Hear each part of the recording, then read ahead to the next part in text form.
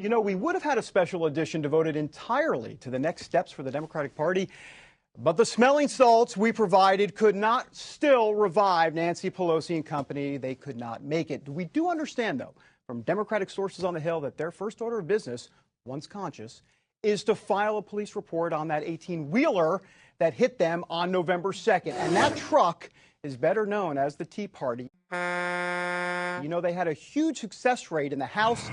As for the Senate, some of the Tea Partiers did very well, like Rand Paul and Marco Rubio, who crossed the finish line as champions. Now, others, like Christine O'Donnell and Sharon Angle, well, they had some car trouble along the way, and they did not take that victory lap. The American people are unhappy with what's going on in Washington.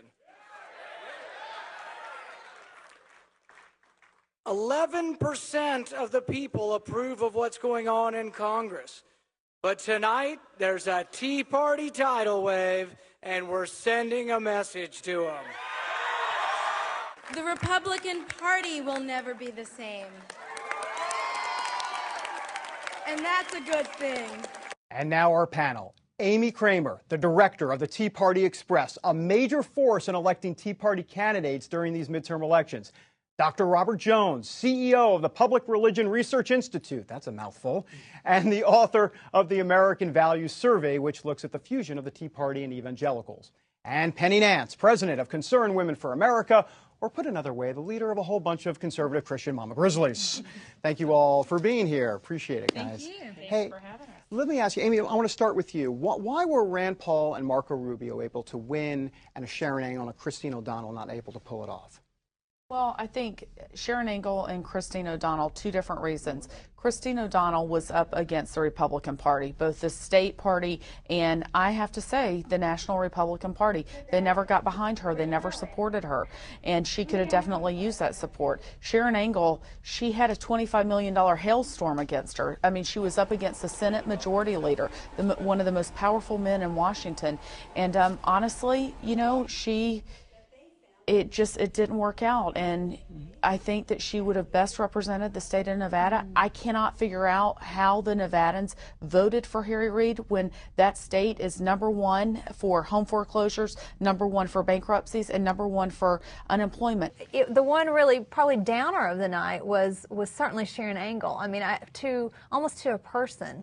For our activists, people were very disappointed. And my little pastor father from Tennessee, who doesn't have a lot of money, wrote her $250 checks. I mean, he was really pulling for her. So, yes, you know, of course, conservatives are happy with the way Tuesday night turned out, but it was, you know, that was a big disappointment. Sharon Angle was a disappointment. You know, we look at O'Donnell, Angle, Buck, Miller across the board, and you know, one question I think yeah, all right, well, I'll write them off, Robert. all right, talk to Murkowski, talk to Murkowski about that, right? But you know, but one thing this is a serious question here is, and we saw this I think with Palin, who we were talking earlier, has been a little bit more of a polarizing figure among the general electorate, not among the base, but among the general electorate.